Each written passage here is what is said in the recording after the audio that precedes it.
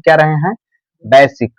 ठीक है, कितना पॉइंट का, 5.2 का बेसिक पढ़ रहे हैं। पद और कॉमन डिफरेंस यानी सर्व अंतर जाने।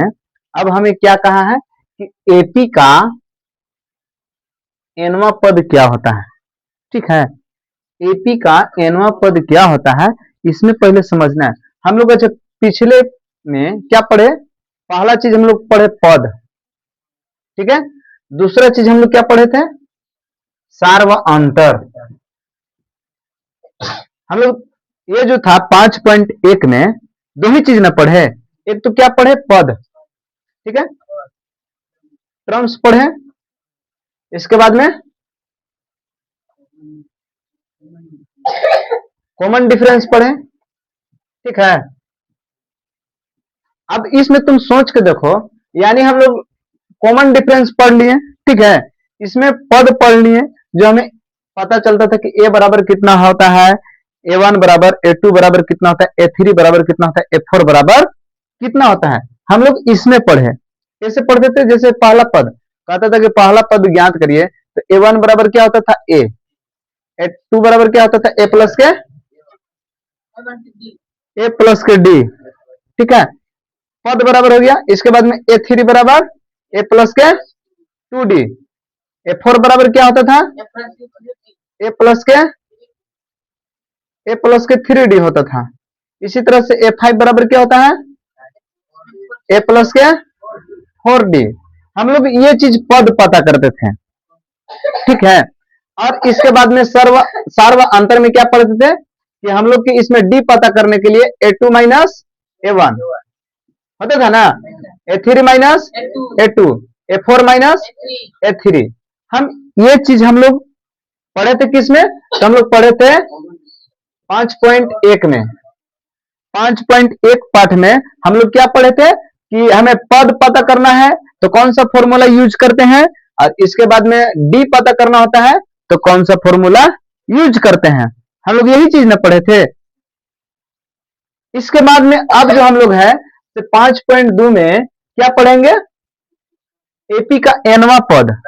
अब एनवा पद क्या होता है उसके बारे में हम लोग इसी में से समझेंगे। ठीक है, इसी में से समझेंगे कि एनवा पद आया कहां से। हम लोग के एनवा पद हम लोग के इसी में से पढ़ना है। ठीक है, इसको हमें डी हमें दिया हुआ, ए भी दिया हुआ है उसमें, लेकिन इसमें भी तो डी है ना, इसलिए डी दिया हुआ है तो यानी सार्वअंतर इसी में ऐड किया गया है। ठीक है, तो हम इसको इस फॉर्मूला को यूज न करके हमें इस फॉर्मूला को बारे में समझना है। ठीक है, ये फॉर्मूला बना कैसे, सबसे पहले इसको हम समझ लेते हैं। A2 बराबर क्या होता है, A प्लस के D। अगर हम कह दें कि बाबू ये 16 पद बराबर बताओ तो क्या होगा, A प्लस के 15D। अच्छा बताओ, हम कह दिए कि A 50 बराबर बताओ, A 50 बराबर क्या होता है, A प्लस 49D। चलो बहुत अच्छा है। आखिर ये चीज हम लोग कैसे पता था, ये आखिर की यह नियम हम लोग कैसे पता था, इसी नियम को हम लोग विस्तार से अभी जानेंगे। ठीक है, कि आखिर की आया कैसे, बना कैसे था। तो पहले नंबर हम समझते हैं, एन बराबर ए प्लस के एन माइनस 1D। ठीक है, ये जो फॉर्मूला है यही वाला सेम फॉर्मूला ये है, यही वाला जो फॉर्मूला है सेम ये है। इसी का जो है हम लोग 5.2 में पढ़ेंगे। ठीक है, अब सोच के देखो, ये जो है सबसे पहले इसका वर्क क्या है, इसका काम क्या है। सबसे पहले वैल्यू को पता करता है। क्या चीज को, वैल्यू को। इसमें क्या है, ये टर्म है, तुम्हें पता है ना, ए बराबर, यानी देखो तो ए बराबर पद ना पता करता था, ये क्या है, टर्म है कि नहीं। टर्म का मतलब क्या होता है, पद होता है। ये क्या है, पोजीशन को पता करता है। ठीक है, इसके बाद में ये क्या है, सार्व अंतर है, पता है ना। अब देखो ये चीज कहीं ना कहीं तुमको इसी में ऐड है। सोच के देखो, यहां पे इसी को हम देख लेते हैं, ए को हम निकाल देते हैं, ये हो गया, ये है ना, ये क्या है, 50 है, तो 50 यहां पे क्या क्या आया है, 49। अगर 50 में से क्या चीज हम कर देंगे जो 49 आ जाएगा? आखिर क्या हम ए 50 में हम क्या कर देंगे कि जो 49D आ जाएगा? देख लेते हैं। ए 50 बराबर ए प्लस के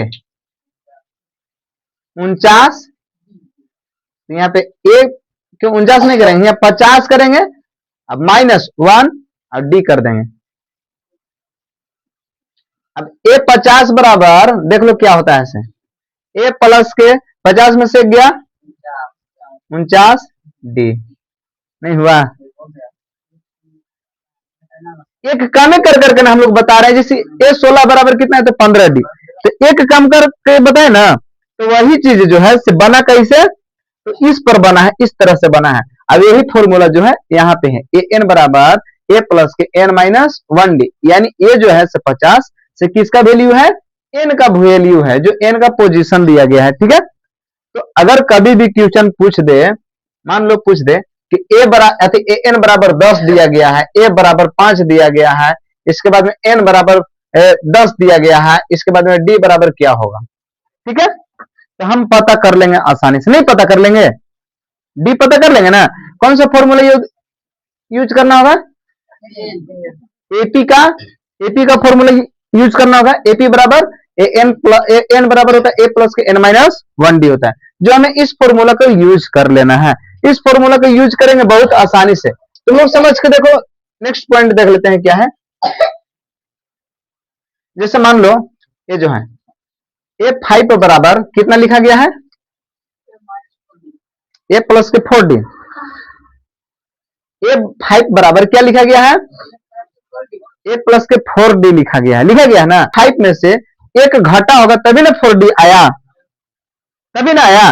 तो बाबू इस चीज का मतलब है कि ए का तो ए होता है, अब प्लस ये 5 यहाँ पे कितना घटा, एक, एक बाद में डी, ठीक है। अब इसको हम लोग डायरेक्टली लिखते हैं, एक में से घटा दे, नहीं आ गया, ए प्लस के 4D आया कि नहीं आया ना बाबू। तो इस तरह के हम लोग के जो फॉर्मूला है से दिया गया है, ये फॉर्मूला बना है, ठीक है। अब चलते हैं हम चैप्टर में, कुछ चलते हैं, देख लेते हैं कि इसका चैप्टर किस प्रकार का है, ठीक है। ठीक है, एक चीज है हम चैप्टर में चलते